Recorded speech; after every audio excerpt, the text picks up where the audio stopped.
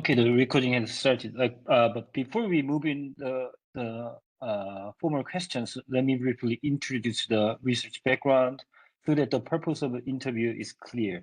Sure. So, good afternoon, Dr. Yuksel. As you have read my email, I'm Eun-Jeung Lee, a PhD student at the Institute of Korean Studies at Freie Universität Berlin.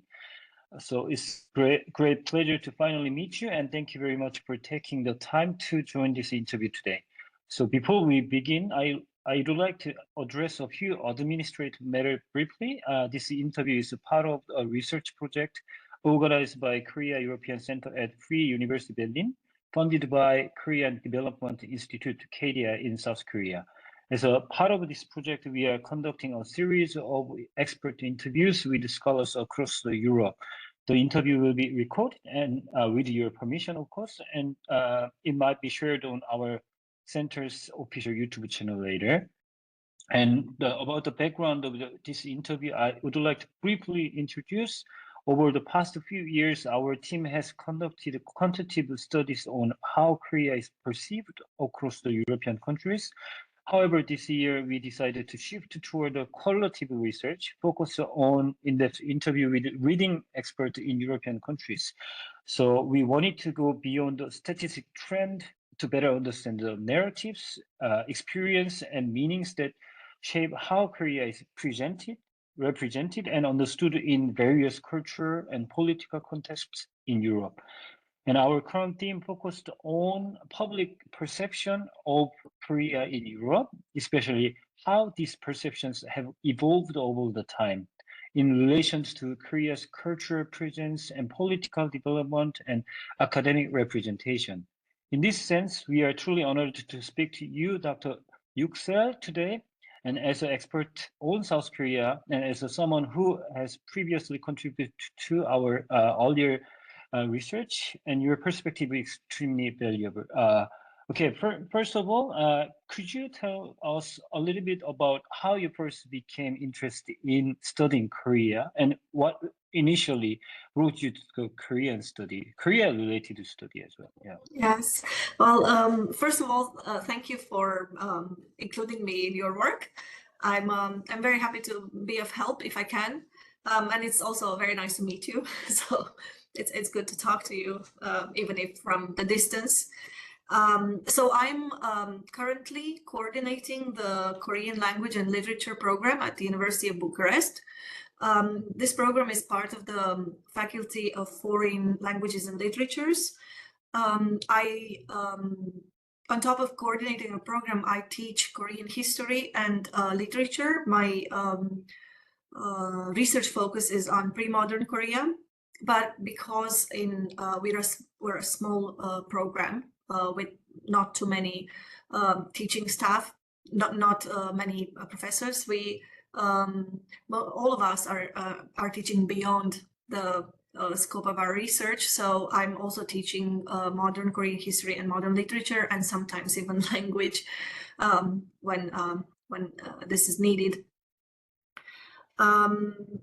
So I work in the academia mostly, or education, if you want. And how did I get to Korean studies? Yes. Yeah, so it's a bit of a long story. I hope you have a bit of time. Yeah, because sure. So when I was a student, I'm sorry, I have to take it back to the. Yes. So when I was a student in the late 90s, there were no Korean studies in Romania.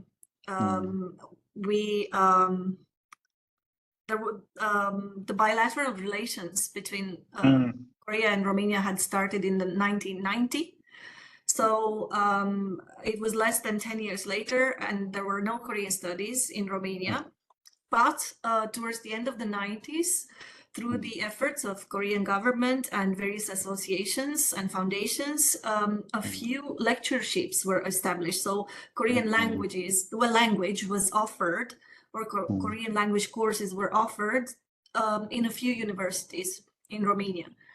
And I suppose in like 98, 99, the Korean government had a clearer idea of what they want they want to do, because that's when the idea of establishing programs, academic programs, started.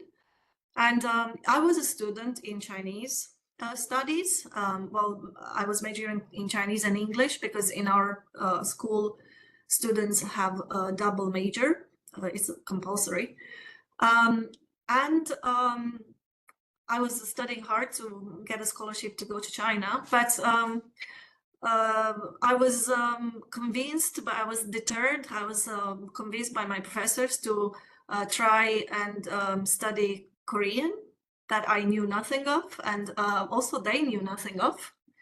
And so I ended up in Korea learning the language, and then I sort of abandoned Chinese studies, and I focused on Korean studies instead. Well, I didn't abandon as such. I graduated from Chinese studies, but I switched to Korean studies, and then I went for a master's program in Seoul, and that's when I became a Koreanist, really. So that's fine. So then once you finish your master in Korea, and then which was about more literature?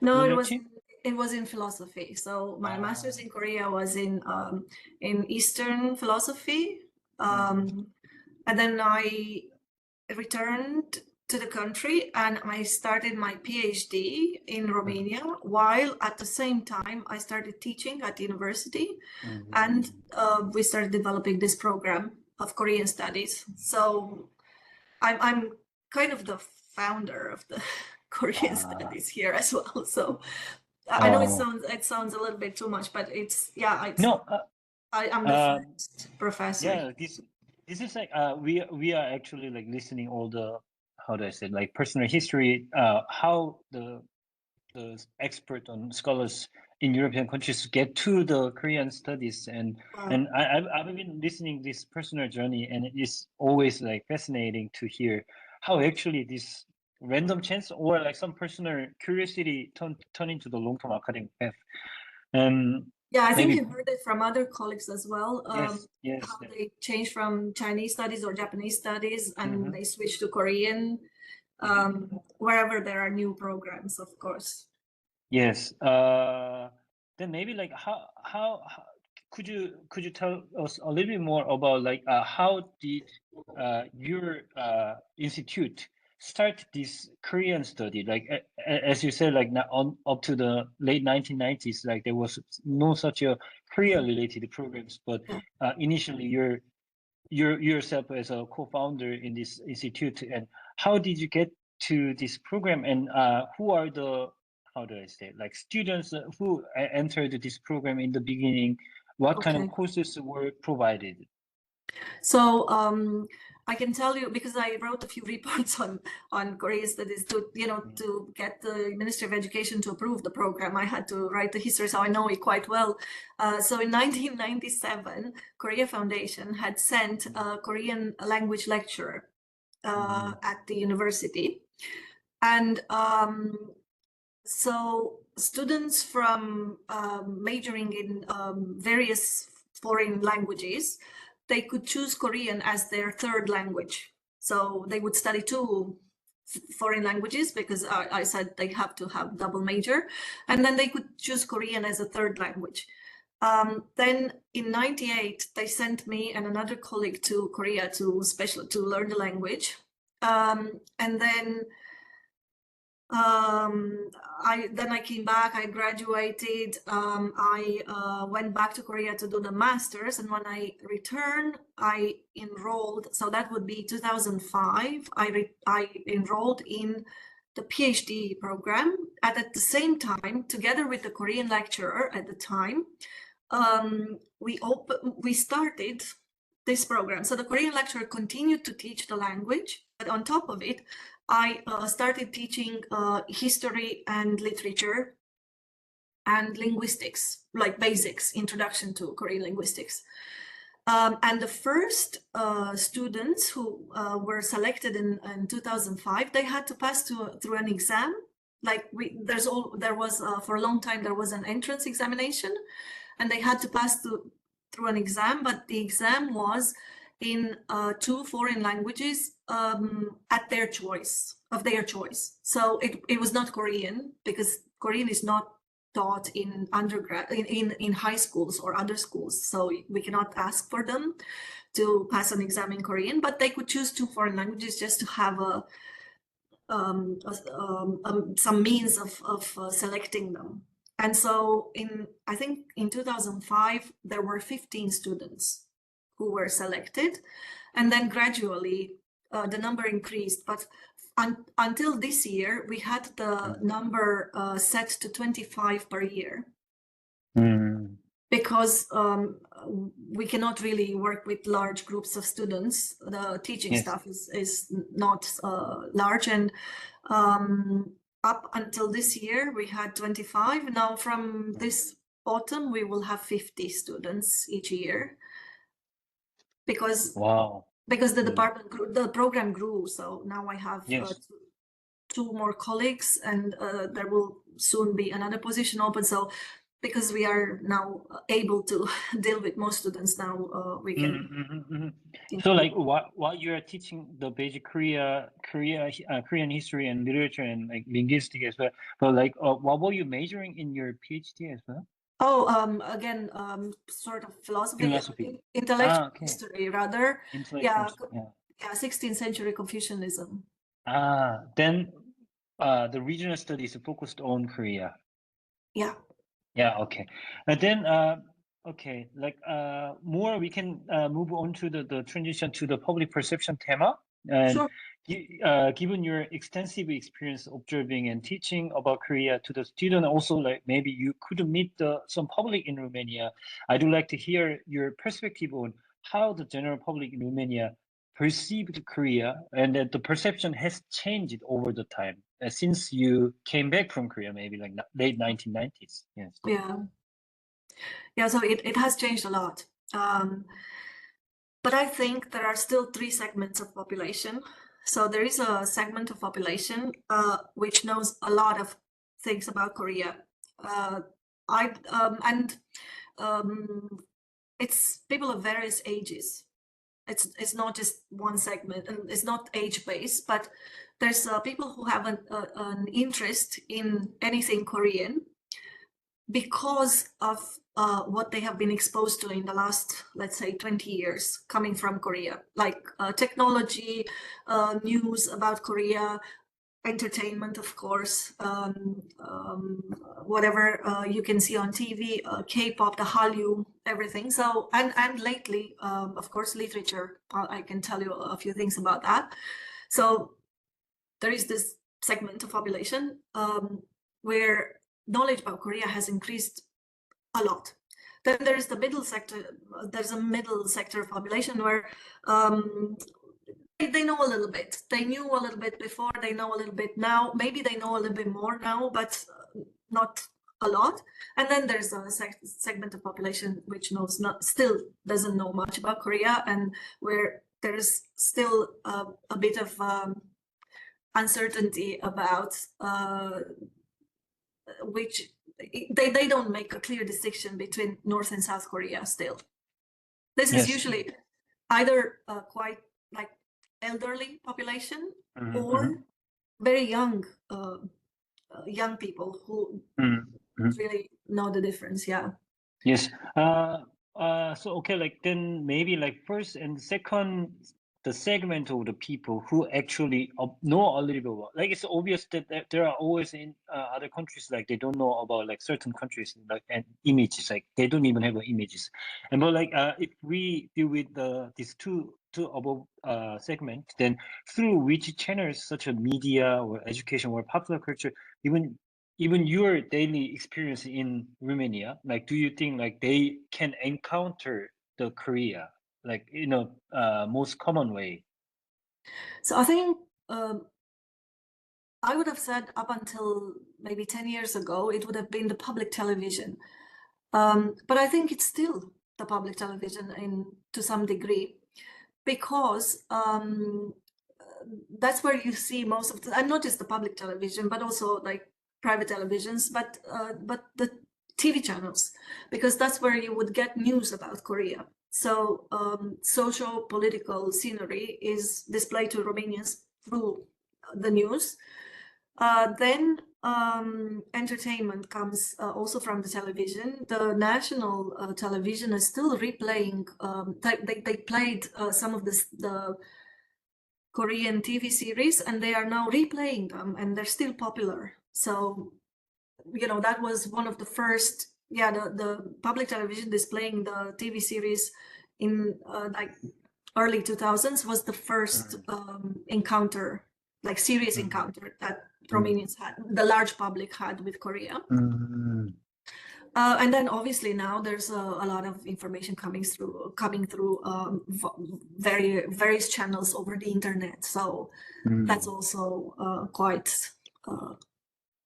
You mean, for example, like probably like earlier generation, like in the early 2000s, maybe they encounter Korea through the, as you described, like news, through the like public broadcasting companies, or like maybe private broadcasting company. I'm not pretty sure like what kind of TV shows they export to from the import from the Korea in the public sector or like a private broadcasting company. But right now you are describing that maybe your students' generation, they might encounter internet, YouTube, social media. Yeah, because they follow, so they, you know, they are following K-pop bands and idols, and so the news that they're getting are through short news feeds from social media. But if you measure, for example, like 25 students you annually receiving, and are they all who were like interested in Korea, like in this way, like K-pop or Korean contents? And I think so. Yeah, I think so. Maybe not all of them are coming motivated by K-pop, but there are many who are coming because of K-pop, and also they're very knowledgeable about K-pop. They know a lot, and they, you know, they're following very seriously. But there are others who are also the TV series are also in having a big impact. There are students who are coming because of that. There are students who are coming because of Korean movies. You know, the time of the Parasite, we had surge in Korean students coming in applicants for the Korean studies because they were interested in Korean filmography as well. But also there are very few, because being a school of languages and literatures, we don't have that many male students, but but the ones who are coming, if they're not motivated by K-pop, they are most likely motivated by technology. Yes. You know, Korean tech is something that they are interested in. This is like something what I gained from the other experts. They mostly said that male students more interested in gaming industry, esports as well. Yeah, that too. But how would you say like the ratio of the female and male students in your faculty, for example, annually? Oh, it's really difficult to make the ratio, so I can tell you numbers. Numbers, so we have 75 students on the whole for the 3 years of study. So we have 75 students, out of which 6 are boys. Six male students. Okay. Yeah. Okay. I guess like it's almost a similar ratio here in Berlin as well. Yeah. Okay. Because you mentioned about something transition of the parasite impact, and there was also a question about like, was there any particular event or moment when you notice a visible shift in how Korea is perceived in Romania, like related to political event, even culture, some media or representations, like some particular moment you might remember? Yeah, so the most recent moment is Hangang's winning the Nobel Prize in literature. There's a surge of interest in Korean literature. It's also media covered it to some extent, and it's not just the students being interested in this, but also the general public. So that was definitely one moment when Korea's image came out as very strong and positive, and people were impressed. Then the Squid Game, if we stay sort of in entertainment, every time the Squid Game was released, first season, second season, there was a surge of interest, and people were if you check probably the search on Korea on the internet from Romania, it grew because of this. But then also political events were moments when people became aware of Korea. I don't know if the image changed. Rather, they became more aware of what is happening in Korea. Like I definitely remember the candlelight protests and the impeachment of President Park Geun-hye. That was followed, and it had an impact. Like people became more aware of what's happening in Korea. And more recently, of course, the moment of the martial law that was declared by President Yoon Suk-yeol, and then his impeachment, and these things are followed. And I think they are major moments when the image of Korea became clearer somehow to the Romanian public. I know for sure my students are becoming more and more interested in social political events, even if they're not studying, social politics. They are becoming more interested because they follow this kind of news. Yeah, of course, you can probably, like, your students might be more interested in like Korea related to any kind of issues than like they receive a lot of political social issues. And I was wondering, like, in your observation, like if we talk about more about general public in Romania, in which area are perceptions mostly positive or mostly negative? For example, like politics, culture, economy, or industry related to South Korea? So definitely economics, industry, tech industry, positive perception. People think Korean cars are good, Korean electronics are good. They have a really positive image from that sector. Culture, again, very positive image. I think in terms of politics, it's kind of neutral. It's neither positive nor negative. It's just somehow new. It's news. Yeah, it's because people don't know much about the Korean about how Korea is organized in terms of social political system. So whatever comes from that area is new. So I would say it's neutral, the perception. Yeah. One of the reason we also, like, one of the aim is like recent change of the public perception, and we wondered and how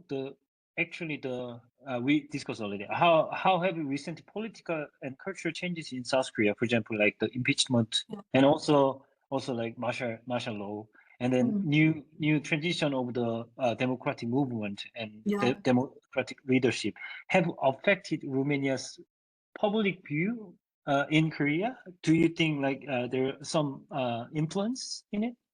For sure, because there's a sort of appreciation of what is happening in Korea, but it's an appreciation somehow in surprise.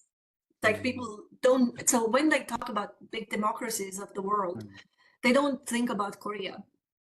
It's because it's just, it's just too far for them, or for whatever reason, it just doesn't come to, and also Korea has been discreet about this.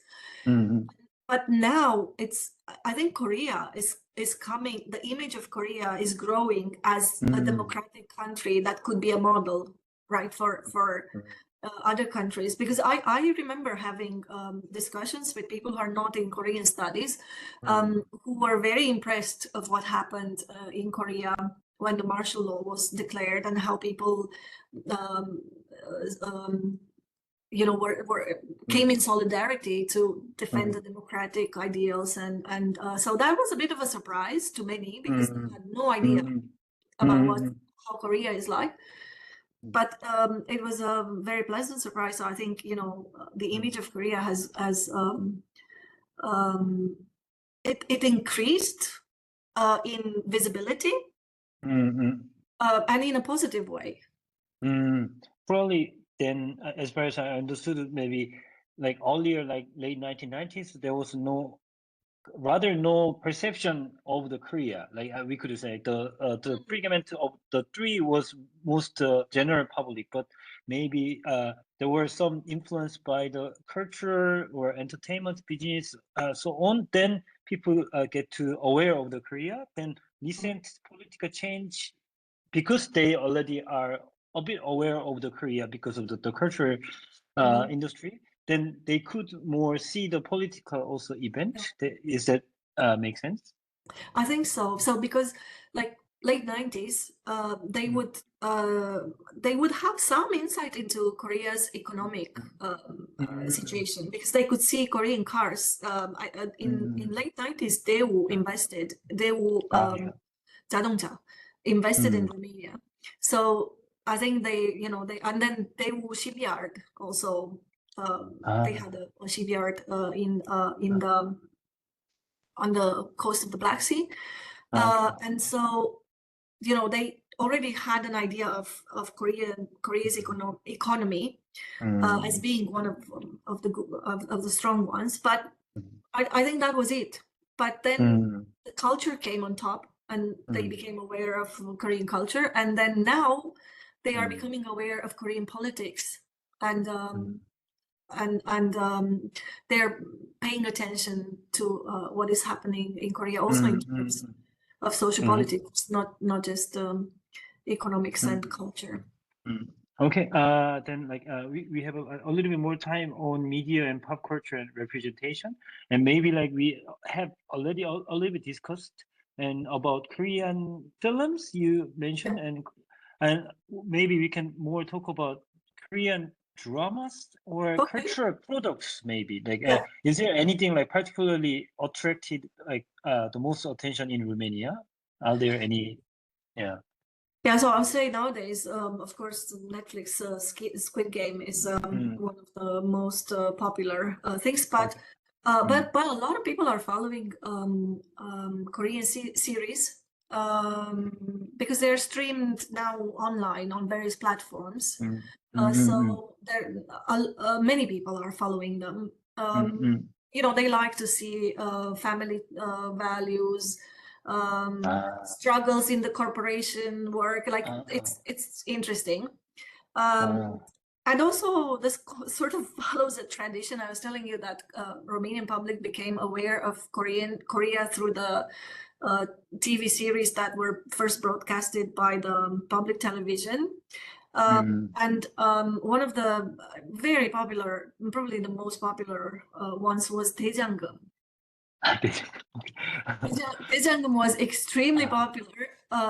You know, people of all age. I had a lot of students coming because they're not just they were watching, but their grandmothers and grandparents were watching 대장금. So, and they streamed it in 2009, and then they replayed it in 2021. So, you know, and it was equally popular. So I could see a surge in the number of students coming in 2021, and that was because the series, Korean TV series, being replayed, not even new productions, they were replays of the old ones. And it happened the same with Jumong and Hojun and the Puri Kipun Namu and all of this other series. So apparently, you know, historical Korean drama or series are very, very popular still.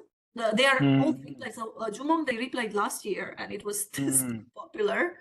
And can I ask you like just one point? Like I was wondering, because I've read a little bit about like in the also Middle Eastern countries, like we also exported these kinds of historical dramas. Yeah. But I have not informed much about like in Eastern Bloc and there were also like people who watched this kind of historical yeah. drama. And do you have any reason it can be very popular in Romania? So I think it's popular because first it was exotic in the beginning. You know, historical drama comes with costumes, with a lot of heroic images. And so I think that was something that caught the attention of the public. And then once they started developing a taste for it, I think they were waiting for the next one. Also Korean series in general, but particularly the historical drama, they are liked also because so they have some moral values exposed, and also they are, you know, they are they're very soft. There's no nudity, there's no vulgarity, there's no violence, and so okay.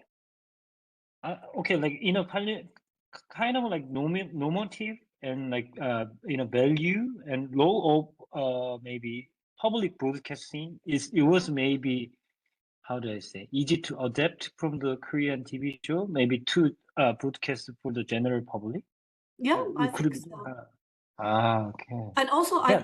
I don't know to what extent the public understood from the very beginning that this is a Korean series, it's from South Korea, but they became aware, you know, maybe in the beginning they didn't know, but then they became aware that it's Korean. It's not, you know, Chinese or Japanese or some other East Asian production. Is a Korean production, and then that's what made them popular.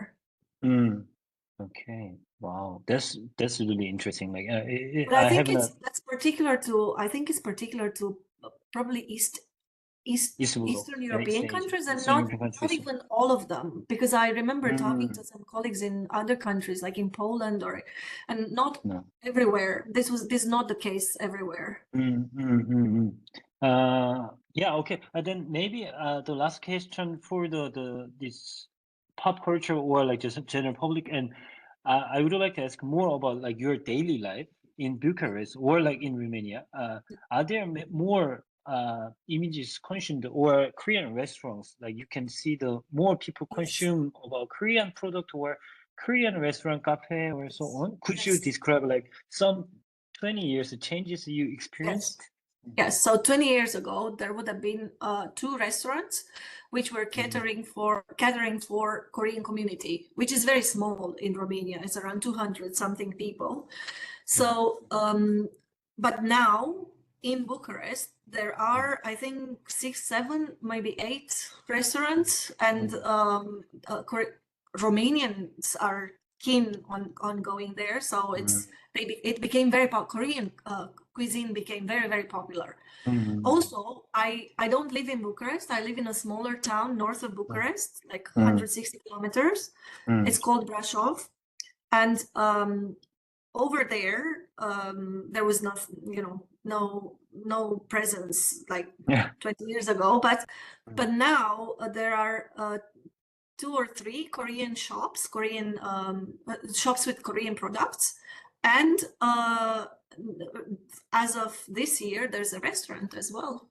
So, and this is a small place, right? So it's really increasing. And then also like just general public or Romanian people like just go to eat like and they see the Korean obviously, food. because where I live, there's absolutely no Korean community. There are just a few families, right? So it's the restaurant and the shops are definitely for the general public and for the tourists, because it's a touristic place.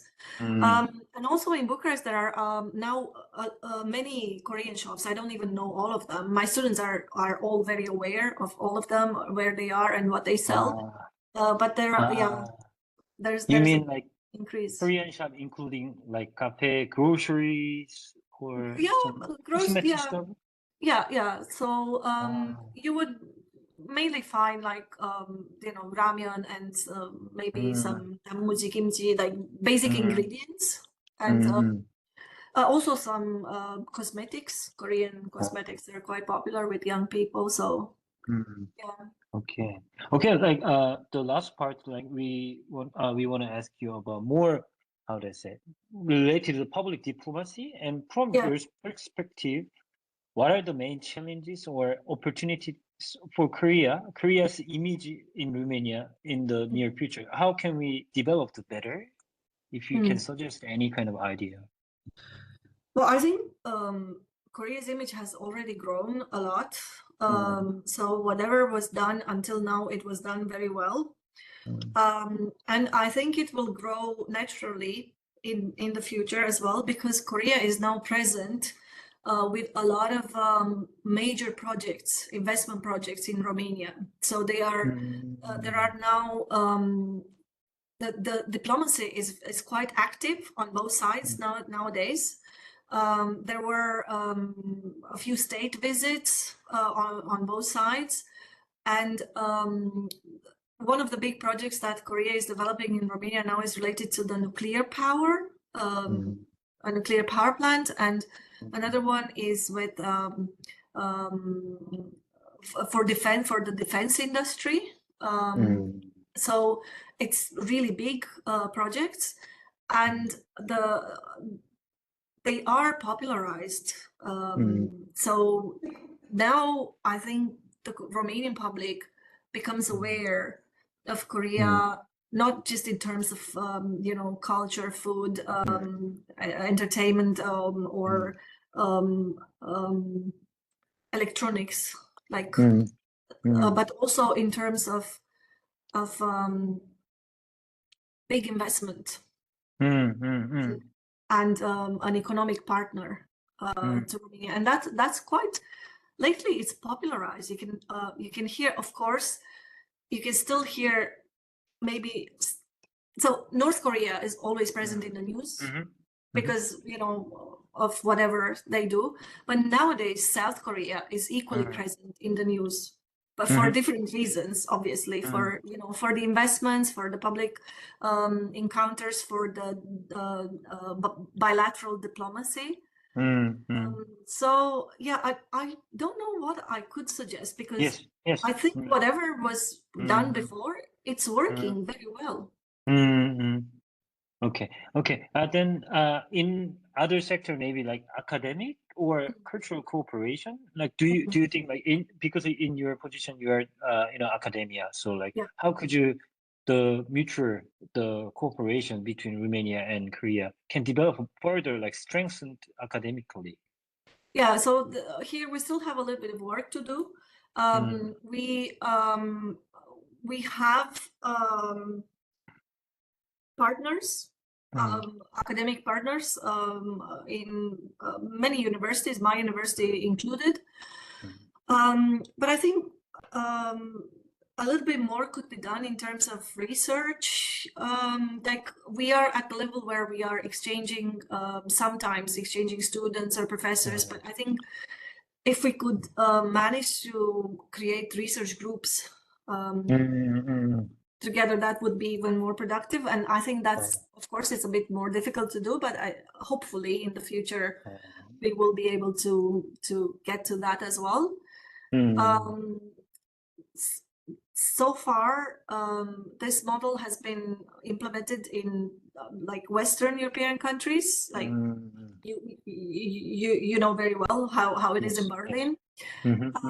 It's not so much done here. That's one of the problems, also because Romania is not at a par with Korea in terms of investment in education. But I think if we could do that, like bring the people together, I think that would be more productive. Yeah, so maybe like if there is any kind of funding academically to the also Eastern European countries, and that would be maybe a chance to improve the academical chances. And maybe. Yes, if we could, create mixed teams, if we could work closer in a closer way with our colleagues in Korea, then I think it would be a lot better. So, okay, so just last question. Is there anything else you would like to add that you feel is important for understanding how Romania perceives Korea today?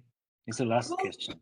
You can say anything you want to add up. Yeah. Well, I just hope Korea will continue the same parkour that it had so far, because I could see an increase in the way Korea made itself present on a global scale everywhere. And so I think most of the perceptions of Korea nowadays are positive, and I think it's also the what I can foresee in the future. I think it will continue to be positive. And I think to this perception, everything worked towards this perception. The social political scenery, the economic scenery, and the cultural scenery, including sports. So we didn't even talk about sports, but that's also, you know, something that contributed, because Korea has invested a lot, I think, in sports lately, because there are quite a few famous people from Korea in sports, and then you know they become known. You know, in the 70s, Romania was known for Kronec, the gymnast. And now Korea is known because of the skaters, because of the soccer players, because of, you know, because of all of these people who have become ambassadors of Korea's image. Very interesting. I didn't know that. Like, also, they are renowned in Romania as well. Like, I thought like it's quite nationalistic idea to support our own like popular sports stars in European countries. No, I think so. That might have been nationalistic and local for a while, but now it's global. It's not just local anymore. And I think people in each area. So I'm talking now about the general public, but I think people in each area know who are the top Koreans in that area. So, and I'm saying that because my son is doing fencing. He's little, but because of that, we all know about Oh Sang-guk and other Korean fencers. So I think this is very particular. Yes. Yeah, but this is particular. But I think the same way, you know, we learned about the Korean champions in this area. Other people who are doing other sports, they know about the top Koreans in their area. And this would not have been the case like 20 years ago. But see, now it's like that. Definitely, yeah. Okay, wow. Okay, thank you so much today, Dr. Yuksel. This has been truly insightful conversation, and your perspective will be invaluable for our research later to improve it. Thank you. Best of luck with your project.